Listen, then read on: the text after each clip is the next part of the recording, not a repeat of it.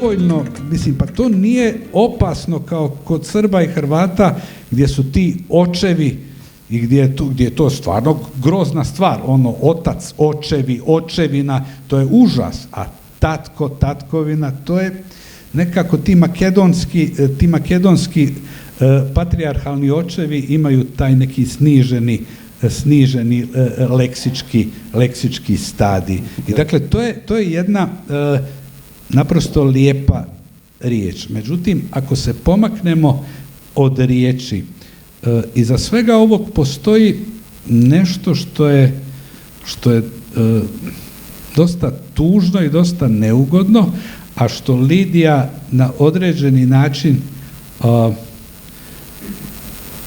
ne izgovara, govoreći kako se dva put slikala i kao strani pisac i kao domaći pisac. Ne izgovara ono što je zapravo istinsko stanje ljudi sa takozvanom rezervnom domovinom. Onog trenutka kad stekneš rezervnu domovinu, tog trenutka si izgubio domovinu.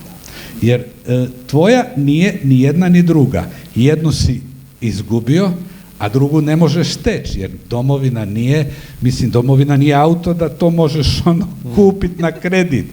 Dakle, mi takozvani ljudi sa rezervnom domovinom, smo ljudi bez domovine. To je jedna stvar. Ako možem samo jedna digresija, znači na makedonski imame tatkovina, poetski velime duri majkovina, no na makedonski nemame domovina. Така што имаме само татковина. Тоа е уште помалку што имаме ние отколку што имате вие. Da, tu smo mi Srbo-Hrvati smo tu jači za jedan pojam. Ali, samo još jednu stvar da kažem, pa neću više gnjaviti, u vezi teme.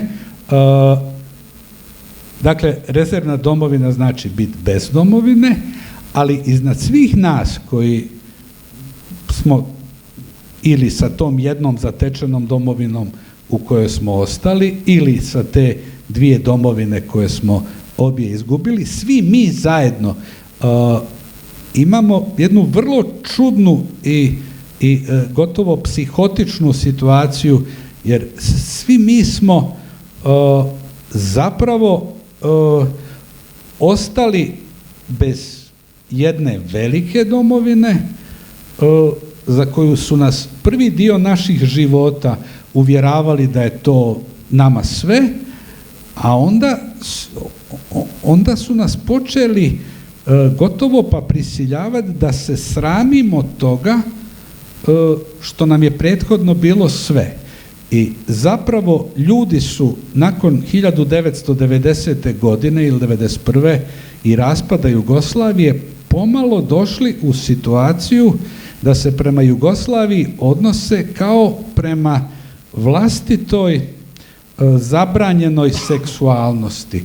Naime, odjednom smo svi pomalo unutar sebe postali homoseksualci ili biseksualci ili nešto tome slično, a pravimo se kao da smo lojalni heteroseksualci i volimo svoje nove male domovine i sve je sa nama u redu, svi smo Makedonci, Hrvati, Srbi, ne znam šta, a zapravo onako u mraku kad ostanemo sami imamo ozbiljne probleme sa svojim domovinskim seksualnim identitetima. Hvala ti. Јас го чував ова прашање за подоцна, но сега Миленко ме инспирираше да го поставам сега. Значи, прашањето е до двајцата и е кога си странец во туја земја. Тоа се случува често и се почесто во нашиве простори. Значи, се почесто луѓето се иселуваат, се почесто имаме, значи, миграцијата е голем проблем на нашите простори. И тоа со себе носи проблеми, предизвици, болки и од книжевен аспект верувам дека премногу провоцира да се пишува за тоа. Но од друга страна, ние се соочуваме сега и со еден друг проблем. Со проблемот да бидеш странец во сопствената земја.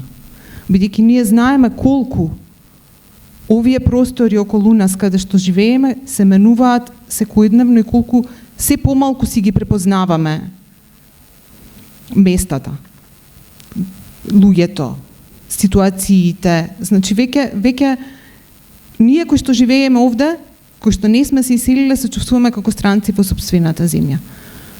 Кои се вашите доживувања кога ќе се вратите назад или вашите доживувања на едното спроти другото? Да, многу комплексно прашање, навистина, да.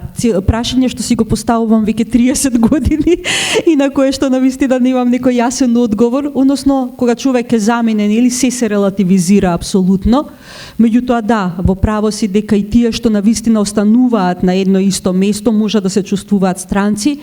Јас тука би рекла дека станува збор повеќе за отуѓување, отколку за тоа дека се чувствуваш како вистински странец, нели? Бидејќи странците не се чувствуваат лошо кога се некаде. Нели, кога доаѓаат туристи во Македонија, не се чувствуваат лошо, напротив, многу добро се чувствуваат. Можеби се чувствуваат полошо кога се во сопствените земји. Меѓутоа тука мислам дека повеќе станува збор за отуѓувањето. Потоа станува збор секако за некоја политичка последица, односно она опкружување кое што постои во политичка, културна смисла, колку не исполнува, колку можеме да му припаѓаме, колку ни одговара како на човечки битија. Ако не ни одговара, едноставно се чувствуваме како странци, да. Меѓутоа тоа не значи дека и ние што веќе сме заминале некаде и сме дефинитивно странци некаде, таму исто така не се чувствуваме странци поради некое друго обкружување, не само затоа што сме промениле нели пасош, адреса и така натаму, туку и поради тамошните политички и други превирања. Така што човек може да се чувствува странец секаде, каде што е и каде што ќе замине или нема воопшто да замине. Во таа смисла секако, мислам, тоа е еден предизвик и за литературата. Јас никогаш во животот, додека живеев само во Македонија, не мислев дека некогаш ќе пишувам, не знам, за миграција, идентитет. Тоа воопшто, прашањето за идентитетот воопшто никогаш не сум си го поставувала претходно. Ми беше сосема јасно која сум, што сум, на кој јазик пишувам, каде живеам и така натаму. А кога секој се изрелативизира со една мала преселба, да речеме, која што нели трае потоа долго, практично сето тоа влегува и во литературата. И тука не зборуваме нели само за автофикција или за автобиографска литература. Јас мислам дека всушност вечерва на еден историски начин треба да ја укинеме автофикцијата и автобиографијата, бидејќи навистина се е фикција, дури кога пишуваш најискрено, да речеме, за некои собствени премрежења. Меѓутоа, сето тоа се претвора во литература, односно во една чиста фикција. Така што сите тие прашања практично што ми се мене својствени, што ми се интимни, се и во мојата литература. И се случија затоа што нели мојот идентитет, за кој што не бев ни свесна дека постои, ниту дека го имам, наеднаш се изрелативизира и стана книжевен материјал на некој начин.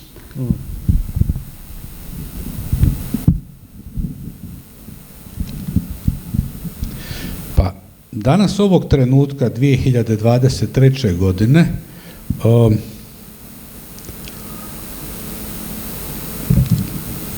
moje na neki način najveće socijalno dostignuće, socijalno, egzistencijalno u nekom materijalnom smislu je zapravo to da sam ja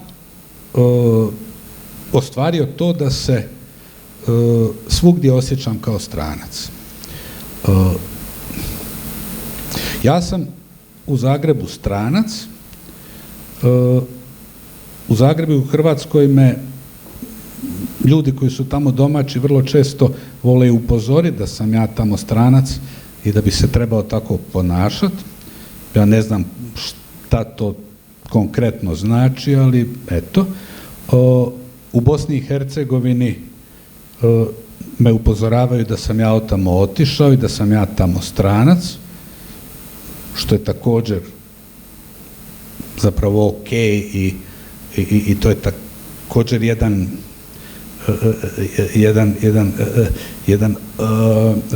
jedno utjerivanje u određeno egzistencijalno stanje koje za one koji to drugim ljudima rade znači jedno, a za mene znači nešto zapravo posve drugo, jer ne samo ako ste pisac, jako je dobro i korisno i važno biti stranac, nego ako ste čovjek koji živi u svijetu,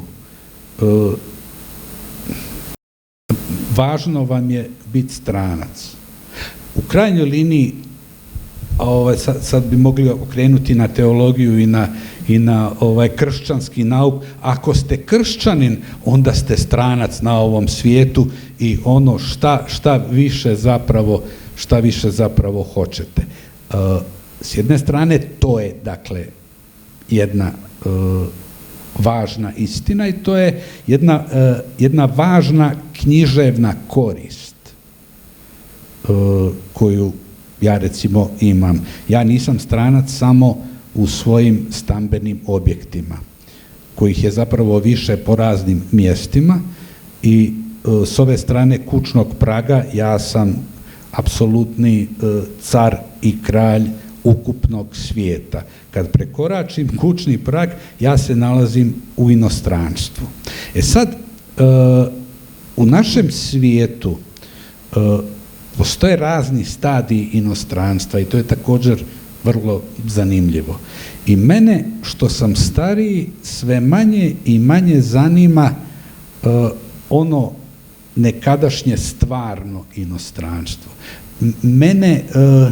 Mene ne zanima da idem na Palma de Majorku, ne zanima me, nikad nisam bio na Kubi, svi kažu da je trebalo otići na Kubu i vidjeti dok traje još taj komunizam. Mene to zaista ne zanima. Meni je to krasno dok to gledam na filmu i dok čitam u nečijoj književnosti, ali u mom životu to ne znači ništa. Ja imam naprosto previše teritorija i imam previše svijeta da bi mogao ići na Himalaje, u Nepal i na Kubu i da bi mogao iz te pozicije bilo šta o bilo čemu da mislim. Meni je dovoljan ovaj svijet u kojem sam stranac da bi bio stranac u nečemu u čemu mogu ostvariti minimum autorefleksije. Jer ja kad vidim, ja kad dođem u Berlin, ja se osjećam senzacionalno. Ja se osjećam kao da sam došao u pozorište. Ali ja sa Berlinom nemam šta da započnem.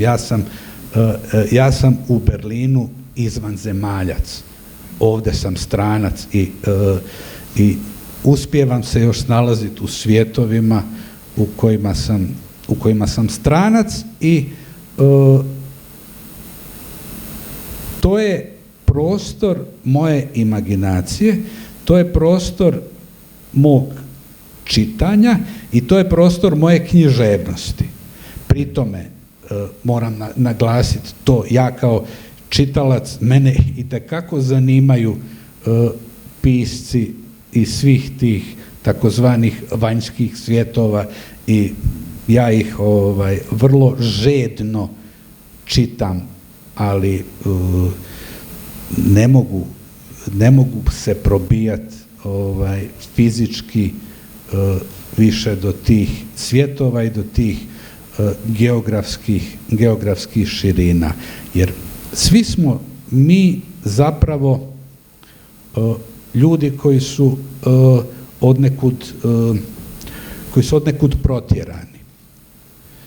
I svi mi živimo u nekim progonstvima izvan prostora i izvan vremena u kojem smo se rodili i za koje smo se rodili. I u tom smislu smo s jedne strane ograničeni u odnosu na one takozvane vanjske svjetove, a s druge strane smo kao stranci jako upućeni jedni na druge. I ovaj naš takozvani prostor je zapravo cijeli jedan svemir, od svemir koji se proteže negdje od Trsta do Soluna, pa tu je stalo sve i tu je zapravo na neki način i propalo sve i to je najfantastičniji prostor za imaginiranje, za književnost, za ljudsku nesreću i za sve, osim za neki ugodan građanski život, iako se ja ne bi požalio na svoj život. Moj život je, mislim, fenomenalan, ali možda bi mi bolje bilo u Helsinkiju, ali o tome je trebalo misliti kad sam se trebao roditi, a ne sad. Hvala ti za ovo.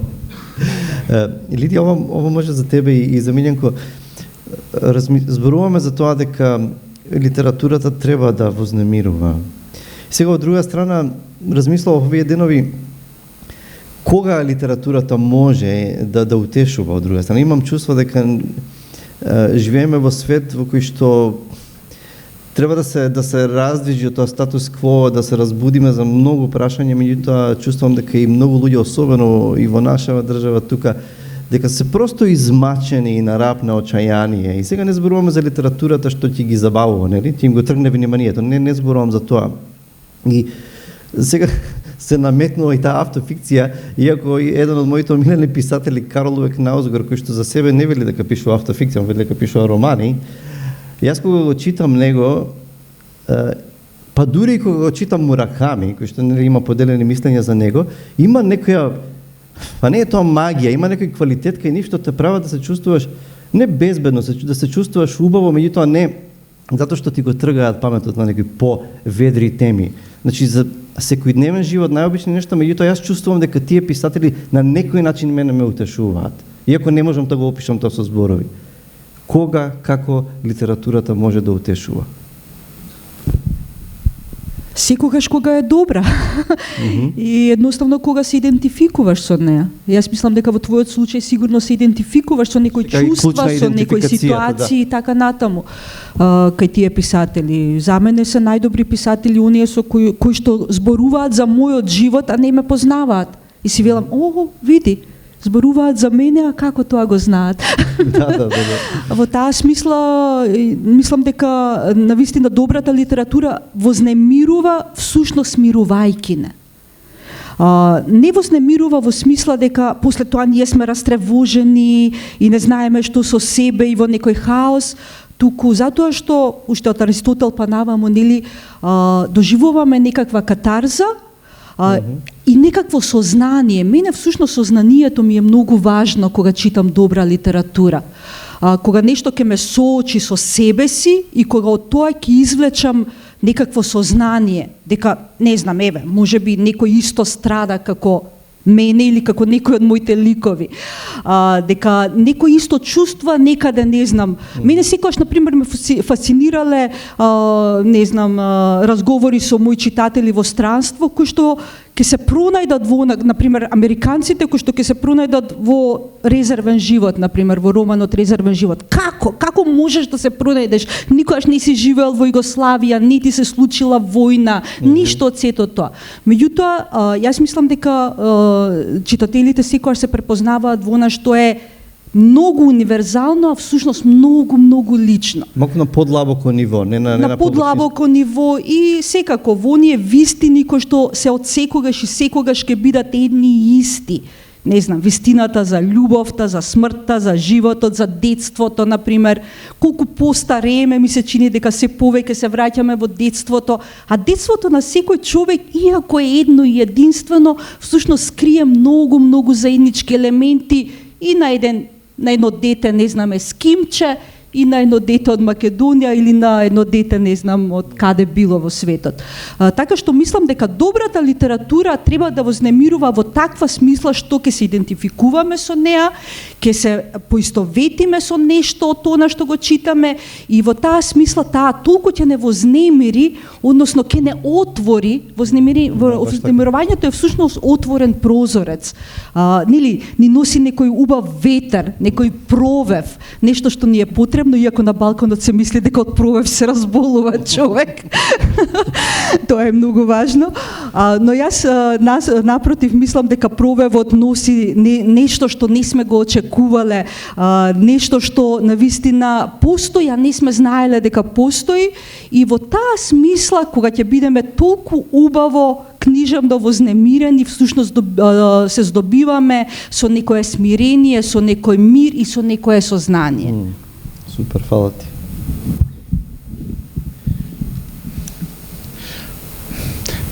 Ja mislim da je utjeha u uznemiravanju i da je zapravo jedina utjeha u neprestanom uznemiravanju. Suprotno od utjehe nije, kao što se obično misli, nije očaj. Suprotno od utjehe je tupost. Čovjek traži utjehu da ne bude tup, da ne otupi, da se ne smrzne i ne iščezne ono ljudsko u njemu. Do toga se dolazi, mislim, jedino uznemiravanje. Jedino, to je zapravo jedino što je književnosti općenito dopustivo. Književnost je nedostojna kad služi da razonodi i da zabavi. Razonoda u književnosti to je nešto što bi se valjda trebalo zabraniti zakonom. To je vulgarno, to je prostački, to je nedopustivo. Književnost ne smije nikog da razonodi. Također, književnost ne smije govoriti o općim stvarima. Književnost se ne smije događati bilo kome, bilo gdje. Priča se mora događati na jednom tačno određenom mjestu. Svaka velika književnost je lokalna. I svaka velika književnost se tiče jednog čovjeka i svaka velika književnost se tiče jednoga najužeg mogućeg svijeta. Književnost ne treba biti razumljiva. Ona je razumljiva jedino ako nije razumljiva. Također, književnost nije moda, pa su jedne godine u modi ružičaste čarape kakve ja imam, a druge godine su u modi zelene čarape. Ove godine su zapravo u modi zelene čarape i sve zeleno, ako već nisam promašio i ovu godinu i ovu sezonu. Toga u književnosti nema. I ovo recimo o čemu se voli govoriti i o čemu smo i mi večeras malo govorili, ta moda autofikcije, to je također nešto što zapravo ne postoji. Ne postoji moda autofikcije i nije se to dogodilo jučer, to je nešto što se, tako se piše već stotinama godina. Recimo, postoji jedan genijalni slovenački iliti slovenski pisac koji je cijeloga svog života pisao nešto što bi se danas nazvalo ili autofikcija ili čak možda i autobiografska proza, vrlo je to kod njega problematično i sumnjivo, i koji je bio jedan od najnesretnijih ljudi čiji sam tekst ja čitao, čije sam romane ja čitao i čijim sam se ja romanima oduševljavao prije nego što su bili prevedeni na hrvatski, a nešto malo i na srpski, i nakon što su prevedeni, opet sam ih, prvo sam ih čitao na slovenskom, a onda sam ih čitao na hrvatskom i na srpskom. Taj pisac se zove Lojze Kovačić. Lojze Kovačić, čini mi se, na makedonski nije prevođen. I to je recimo pisac koji piše prozu, to jest pisao je prozu za koju imate dojam da ju piše na način na koji ju piše recimo Knausgård, ali u tematskom, u životnom i u toponimskom smislu 1000 puta strašnije, 1000 puta neugodnije i na neki način 1000 puta nama bliže. Ja Knausgårda jako volim, ali kako bi se reklo, taj njegov lijepi, sretni, lijepi, sretno, nesretni svijet loših brakova, užasnih obdaništa i neke strašne djece koja puno plaču je pri usporedbi sa svijetom Lojzeta Kovačića, nekog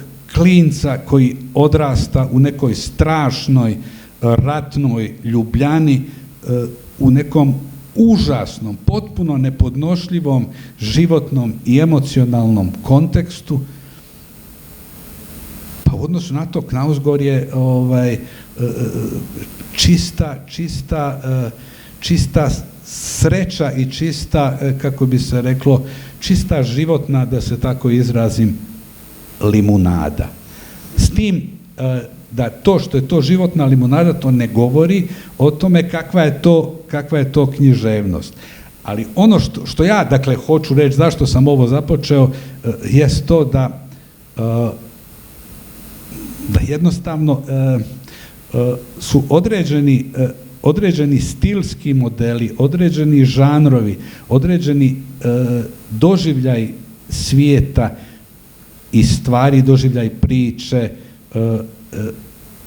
razlozi za pripovjedanje, razlozi za književnost su jako stari i ništa se ne događa novo i ništa se neće događati novo, a opet je svejedno sve novo i opet je strašno važno da književnost nikad i ni po koju cijenu ne gledamo kao razonodu i da je ne gledamo kroz svejedno koje mode i svejedno koje trendove, jer sve je bilo i sve je već odavno prošlo.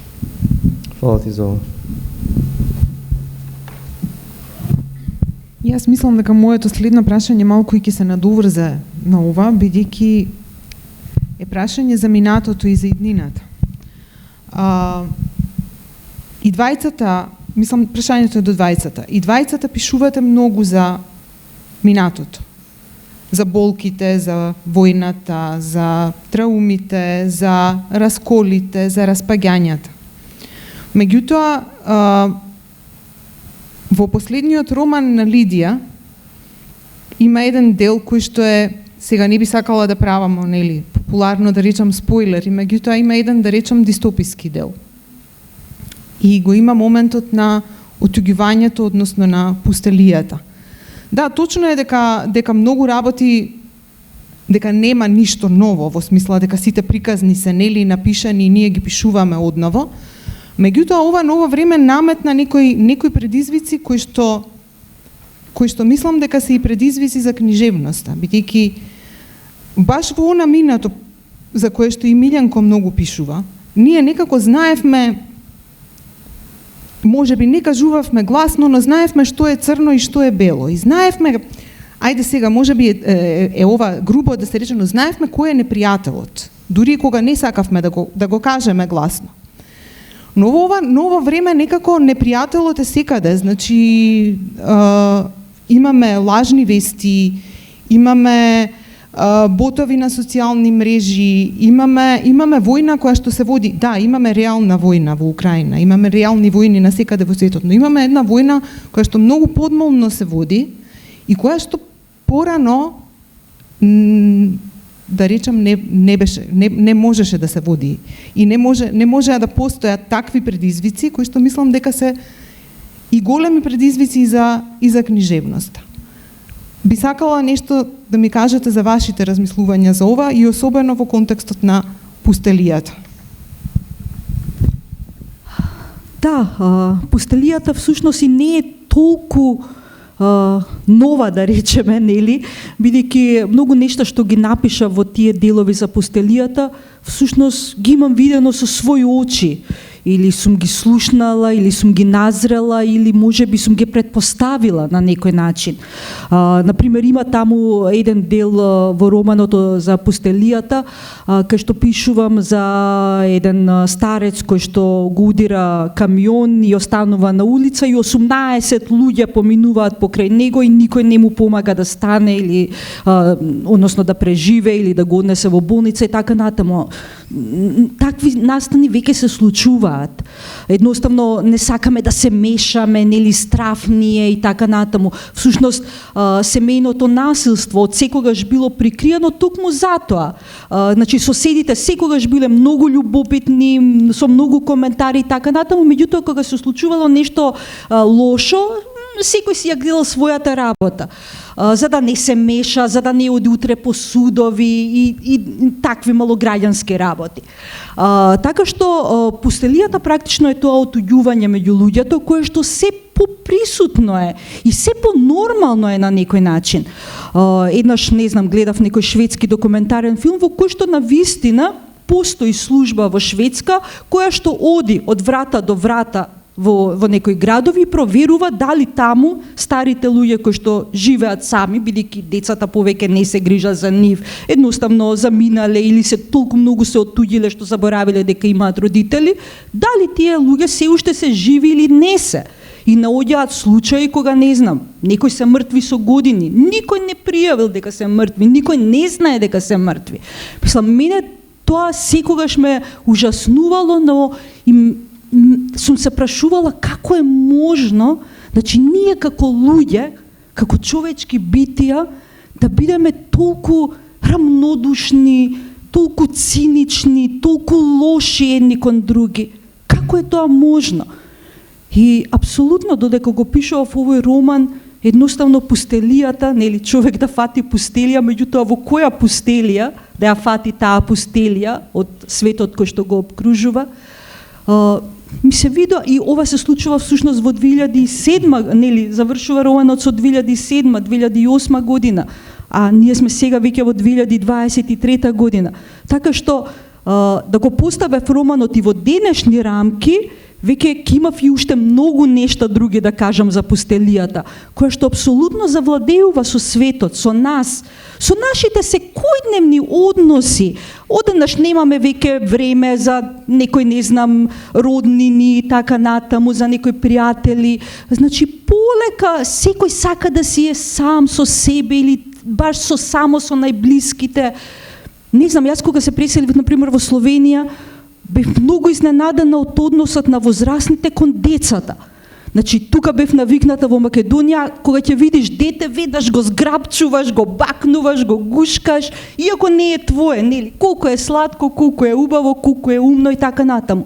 Во Словенија имаше ситуации кога баба и дедо на дете му пружаа рака и му честитаа роден ден на 3 годишна, 4 годишна возраст. Му даваа подарок без да го гушнат и да го бакнат. Тоа можеби беше, не знам, поврзано со да не се наметнувам, да има слобода детето, да не го лигавам и така натаму. Меѓутоа, мене тоа ми беше шокантно. Но денес во некој земји е забрането едноставно во градинка, воспитувачката веќе да го допре детето, да го гушне, тоа е веќе проблем.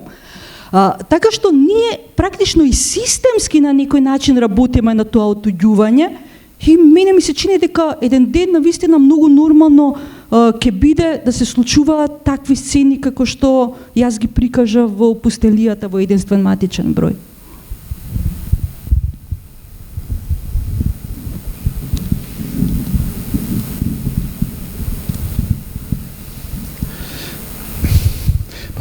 Postoji recimo jedan element otuđenja između ljudi o kojem se obično ne govori. A to je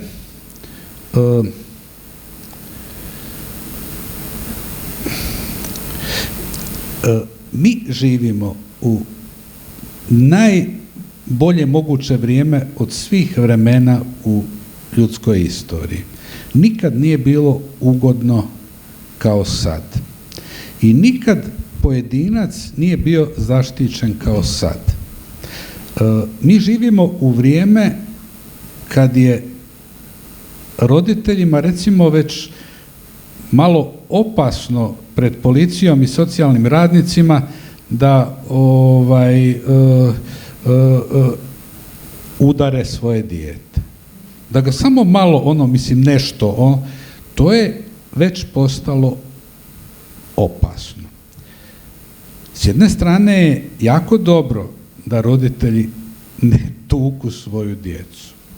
S jedne strane je jako dobro da su i djeca i odrasli, i žene i muškarci zaštićeni od raznih trauma i raznih oblika maltretiranja kojima su bile izložene prethodne generacije. Ali s druge strane, ljudi gube mogućnost međusobnog kontakta i preko viška međusobne zaštićenosti. Lidija je spomenula službe koje idu od vrata do vrata i provjeravaju da slučajno nije neko umro.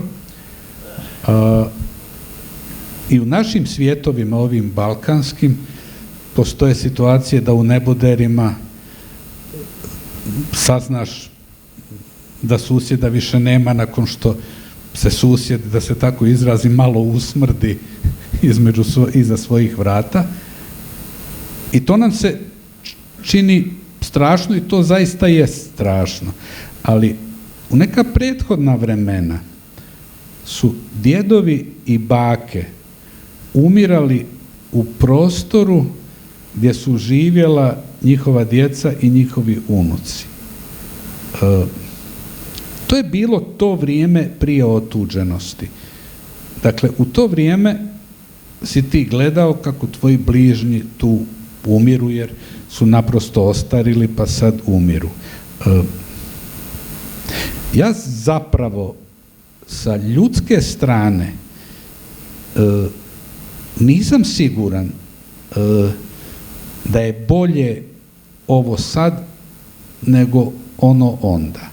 Sasvim sam siguran u to da je bolje da me moji roditelji ne tuku nego da me tuku. To da, ali to da starci nestaju iz naših života prije nego što ostare, to nekako nije dobro.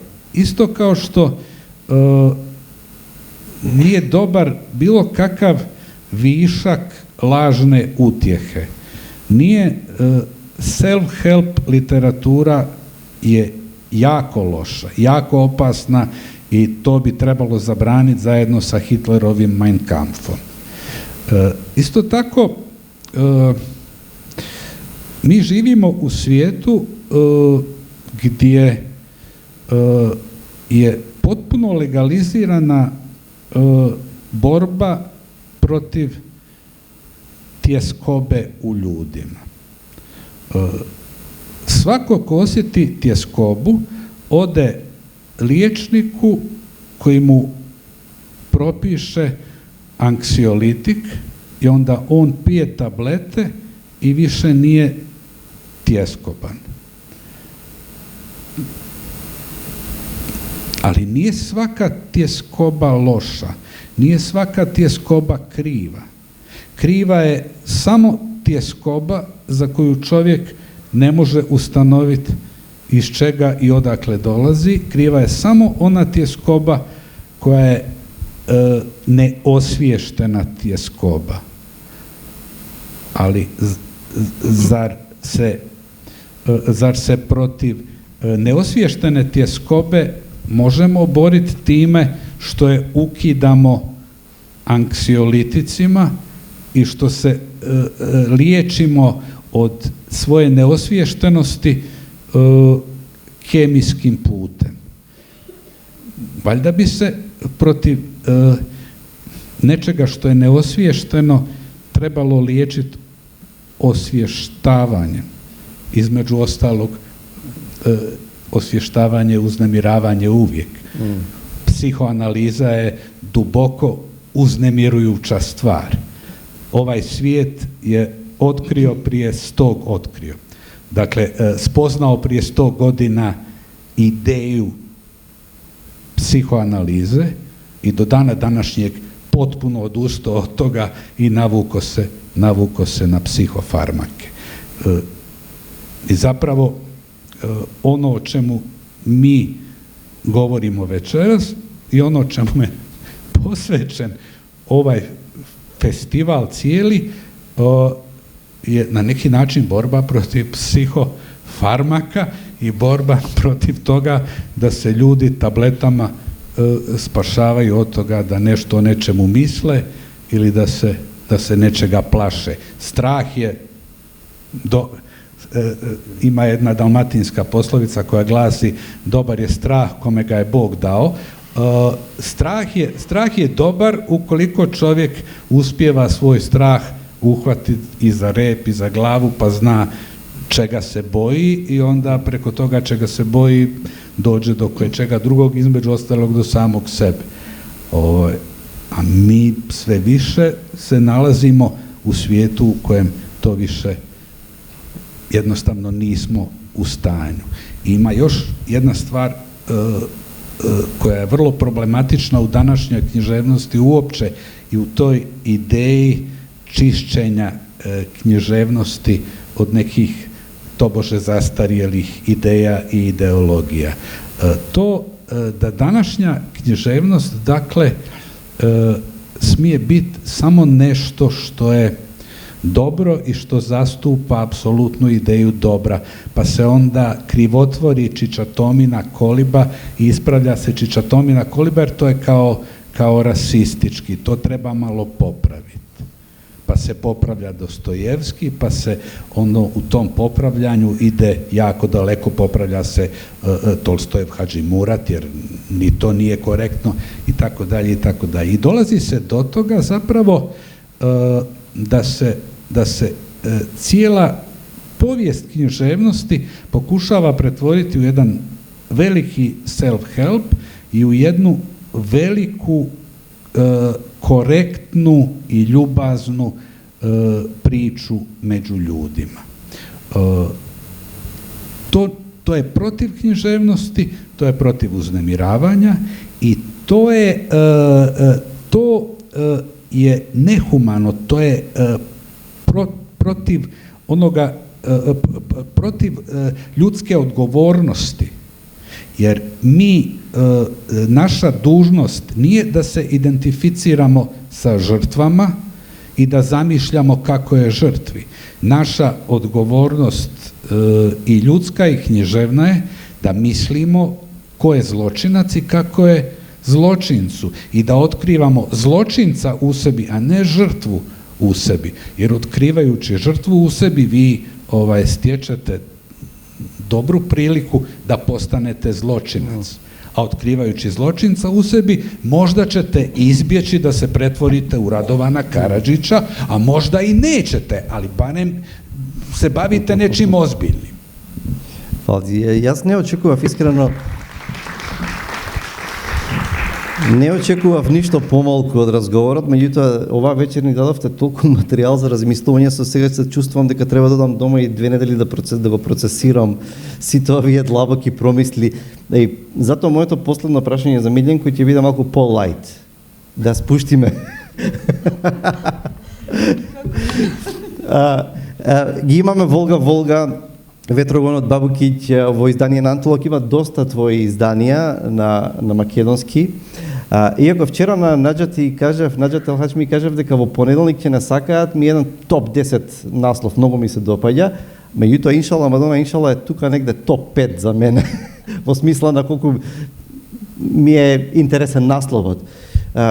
Милјенко, ти имаш доста богата продукција, да речеме, книжевна продукција и пишуваш доста романи и во едно интервју те слушав и кажа дека некогаш меѓутоа тоа е твоја состојба, тоа е твој креативен процес и некогаш некој роман може да истисне некој друг и тоа ти како кога имаш деца нели ги растеш и ги пушташ да си живеат свој живот и дали има кога ги пушташ децата така да си живеат, да одат и во други земји да заживеат и во други јазици, дали ти е криво за некое дете дека нема добиено доволно внимание што ти е драго, а што мислиш дека другиве деца, тоа е посмирено дете, а другиве погласни што се не му даваат да дојде до израз?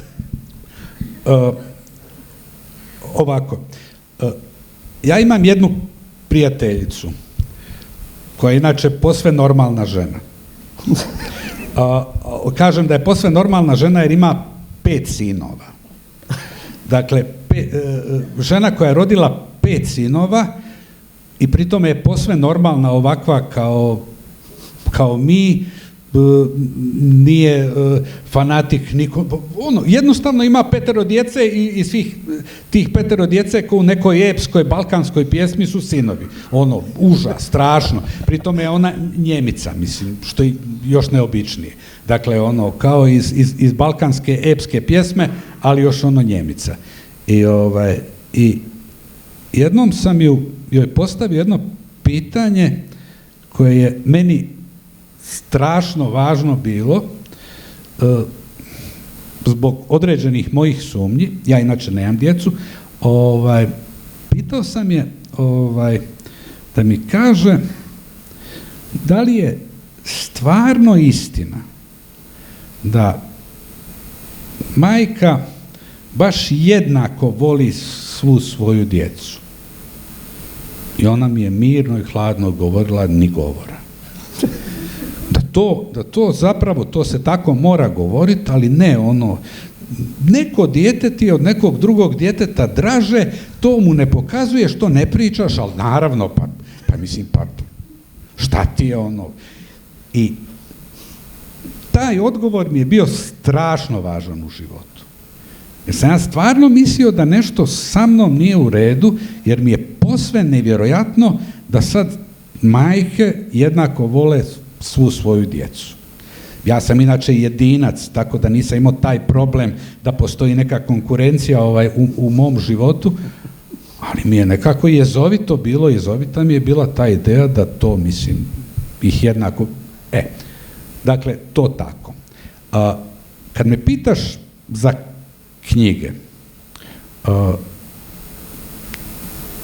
moje knjige su potpuno neusporediva stvar sa mojom imaginarnom djecom. Dakle, ja djece nemam, moje knjige nisu moja djeca, ta usporedba je potpuno nemoguća i neprikladna. Moje knjige meni nisu ni na koji način sve jednake.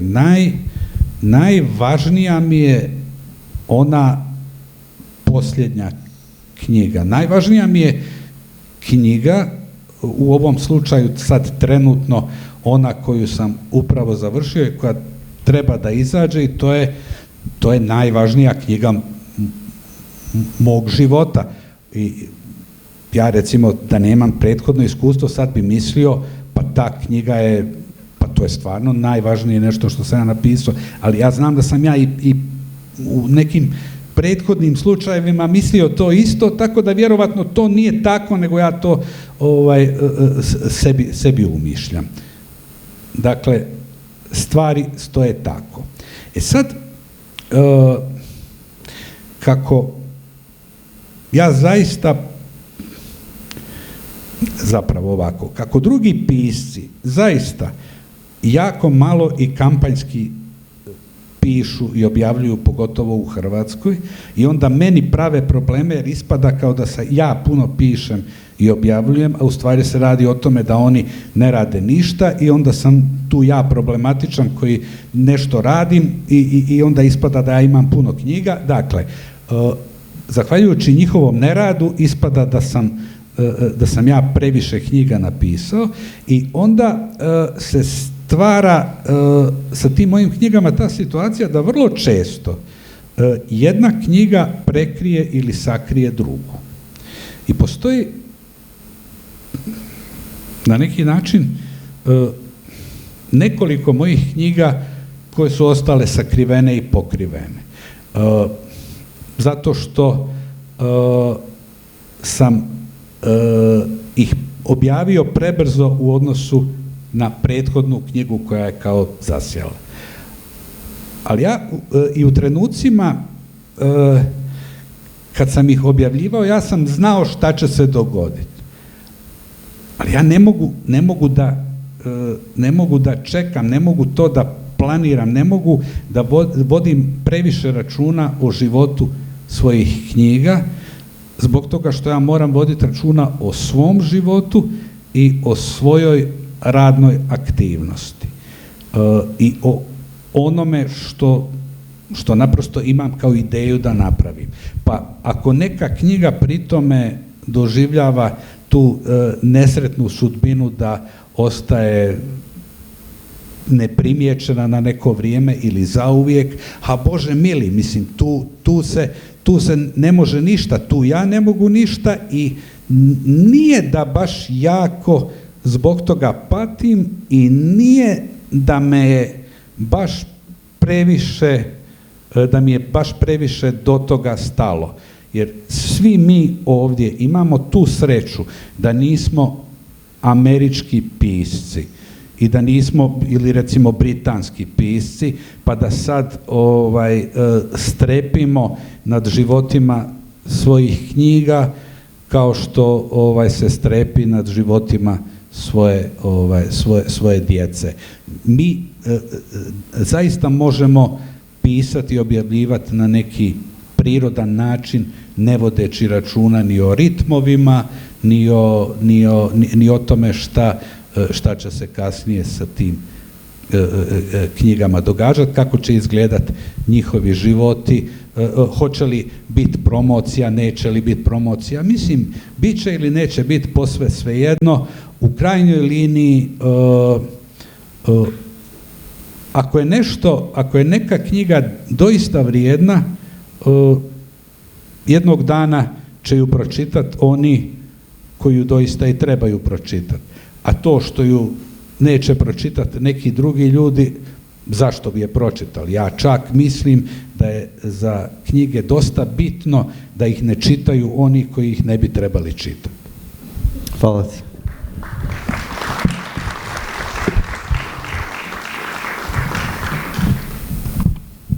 Jaz ki probam nekako сега da se nadovežem na vprašanje, ne na vprašanje konkretno od Aleksandra, da se inspiriram od odgovora na Miljenko, za da ja vprašam Lidija nešto. Znači, me interesira, ki se vratam malko nazad, sakam da napravim jedna paralela pomegu rezerven život i pomegu единствен матичен број, баш за вознемирувањето. Например, јас кога ја читав Резервен живот, ова е сега моето лично искуство, навистина ме вознемири. Значи, ме вознемири во смисла дека не беше тоа на лош начин вознемирување, но многу размислував за таа книга. И ја читав навистина многу бавно. И се навраќав, ме измачуваше. Секако дека после тоа кога ја завршив се идентификував со многу работи, ја доживеав таа катарза и се. Меѓутоа со единствен матичен број ми се случи баш онаа комплетна идентификација и особено со ликот на мајката, во која што препознав, да речам, многу моменти што ги имаше мојата баба, особено оној момент на непризнавање на ништо добро кај твоите блиски, на дури и радост кон туѓата несреќа или туѓиот неуспех. И дури препознав и една типична, да речам, балканска жена, типична. Зборувам за оние, да речам, жени кои што морале на грбот да го влечат семејството и некако во тоа не имале некаква, да речам, од сето тоа излегла некаква горчина. Сакав прво да те прашам за ликот на мајката, а потоа и некоја твоја можеби лична паралела меѓу овие два романи и дали во самиот твој процес на пишување како го доживеа, да речам, резервен живот и како, например, јас го голтнав единствен матичен број и дури и во читањето имав разлика. Значи го голтнав во еден здив за разлика од резервен живот. Многу ме интересира во твојот процес писателски како тоа изгледаш. Па всушност не се разликуваше многу процесот на пишување на резервен живот и процесот на пишување на единствен матичен број, во тоа што јас приказните многу долго време ги носам во себе, со години, дури и со децении, размислувам за нив, ги одлагам, ги оставам, нешто друго правам и така натаму, ама тие тлеат во мене и не ми оставаат простор, нели, да ги заборавам. Така што на ист начин ги пишував и резервен живот, многу брзо, меѓутоа многу доцна, да речеме. Резервен живот го носев некако околу 10 години во себе, а и единствен матичен број многу долго ми беше во свеста, во мислите, во желбите. Многу често се нафаќав да го почнам, па го оставав и така натаму, така што, но кога седнав, го напишав многу брзо, исто како резервен живот. Така што во таа смисла процесот не беше многу различен. Исто така процесот на истражување, кој што мене многу ме интересира во литературата и бидејќи нели пишуваме за некој конкретен простор и конкретно време, јас сакам сето тоа да го истражам, да се документирам и да знам дека точно така можело да биде и никако поинаку, бидејќи ги ставам ликовите во некој историски, културен, економски, политички контекст. И во таа смисла треба се да проверам. Не сакам тука да ја искористам имагинацијата за нешто што навистина се случило. И тој процес беше, значи, идентичен и при пишувањето на резервен живот и на единствен матичен број. И мајката во резервен живот е доста слична, ми се чини, на мајката во единствен матичен број. Мене од секогаш всушност ме интересирале тие табу теми за кои што, например, нашата македонската литература многу малку зборува. Добро, кога ќе погледнеме, пред се била пишувана од писатели кои што во својата структура сепак носеле некој патриархален урнек, нели? Чии мајки биле, можеби, не знам, поинакви или поинаку сакале да ги гледаат. Или едноставно односот кон жената, кон македонската мајка и така натаму бил на некој начин и мистифициран и воздигнат и така натаму. Јас сакав таа тема на мајката, која што ни се всадува некако што од мали нозе, нели, со песнички за мајката, со идеализација на мајката и така натаму, иако многумина немаат такви мајки. Мислам, тоа е навистина сега за мене изненадување кога ми пишуваат читателите, да, препознаваат многу жени, дали собствените мајки, баби или некои туѓи жени во ликот на мајката. Значи, такви мајки има во Македонија. Зошто никој не пишува за нив? Во таа смисла, кога го пишував романот, сакав да напишам да создадам лик на мајка која што не е типична, добра, македонска мајка посветена на семејството и така натаму, туку сосема спротивна од сите очекувања за мајката како нели некој стожер, не знам, и столб на животот, на семејството, за децата и така натаму.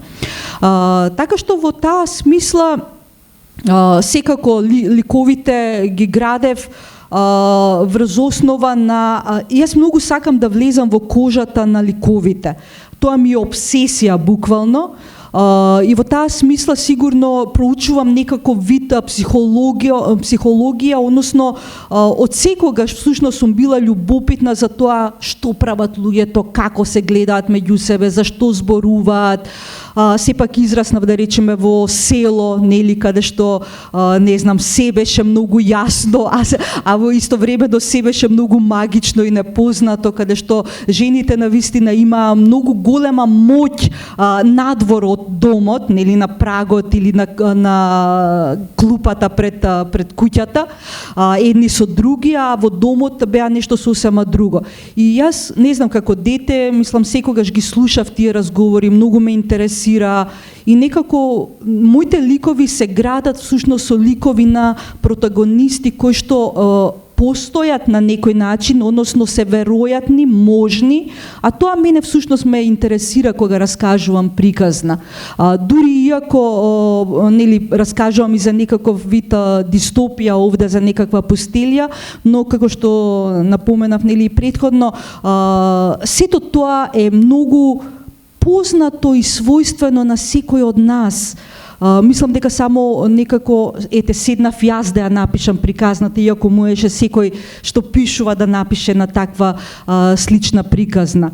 Го разбирам тоа што Резервен живот си го читала бавно, тоа е сепак приказна која што ја обележа нашата генерација, многу трауматична приказна која што ја обележа нашата генерација и воопшто целиот овој југословенски, пост-југословенски простор, додека овде сепак внесувам, да речеме, и некој туѓ елемент, нели, пострански од овој југословенски, отколку што може да биде денес странски, а тоа е кипарското прашање, кое што тука го засегнувам заедно со македонското прашање и со тоа барање на идентитетот, на татковината, ако воопшто нешто такво постои, бидејќи нели ние можеме да имаме татковци, но немаме татковина, можеме да имаме и татковина, да немаме татковци.